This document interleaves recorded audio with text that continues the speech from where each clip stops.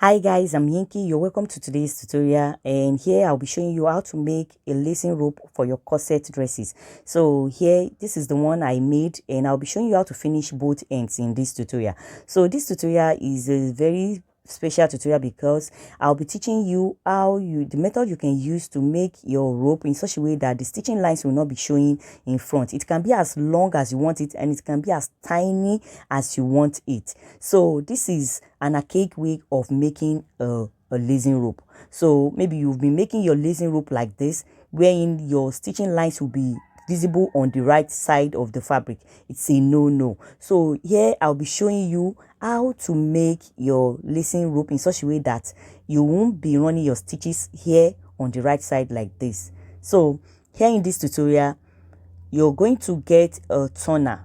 A turner is just like a rope. I'll show you that later, but the inches for the width of this rope is just 2.5 inches is for this rope, and it is as long as 120 inches. You can see how long it is. The first thing you will do is to get your candle light and burn those fraying edges. So you're going to burn those fraying edges carefully. Just make sure it's to reduce the fraying edges, so that while you're turning out to the right side, it will not fray more. So you need to do this in order to keep your work as neat as it can be. So after you are done with burning the fraying edges, the next thing to do is to get a rope. So you're going to get this rope. Make sure the rope is very strong, and make sure the rope is very strong. Then you're going to place it on the right side of your lacing rope. Place it on the right side like so, and this rope must not be big. It must not be wide. Well, that is what I mean. It must not be wide, so that it will be able to accommodate the inside of your rope. So as you are stitching, stitch it carefully. Make sure you stitch it carefully like this. Fold it up like so and stitch it carefully. Then here you're going to just fold up. That means you're just turning. So your sewing allowance, consider your sewing allowance as you are stitching along. So you can just stitch along like this. Make sure you did not stitch on the rope.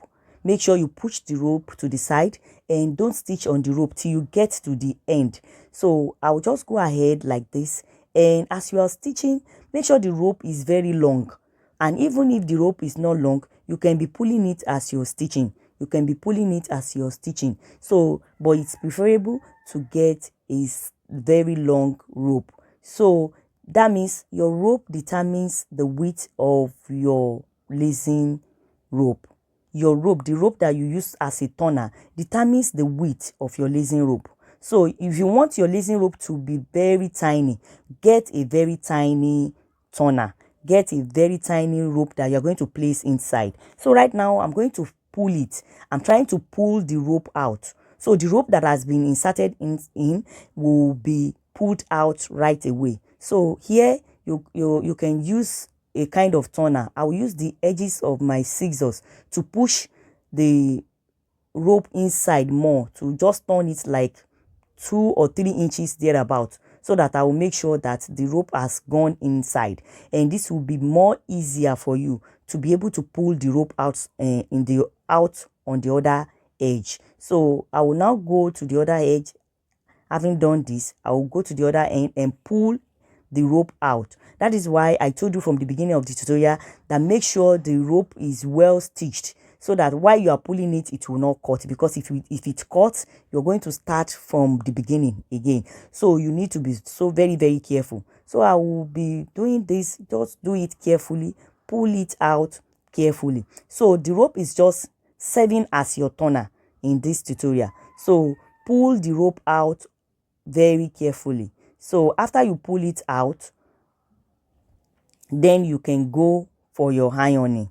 After you have pulled it out, here I'm still trying to pull it out because the rope is very long. The rope is as long as 120 inches. That's why it's taking time like this. So after you have pulled it out to the other end, the only one edge that you will need to finish. Now, because one edge has been stitched already, the only thing you need to do is just to cut your turner. Just to cut it. That's the only thing you need to do here. So I will pull it out. It's almost out already. I'll pull everything out, and after you have pulled everything out, what you will have is a very neat rope, a very neat lacing rope that does not have any stitching lines. No stitching lines is visible, no thread is visible on the face of the fabric, and it makes the work more neater. So after I have done this, this is how I'm going to do this. I will be cutting the rope off here.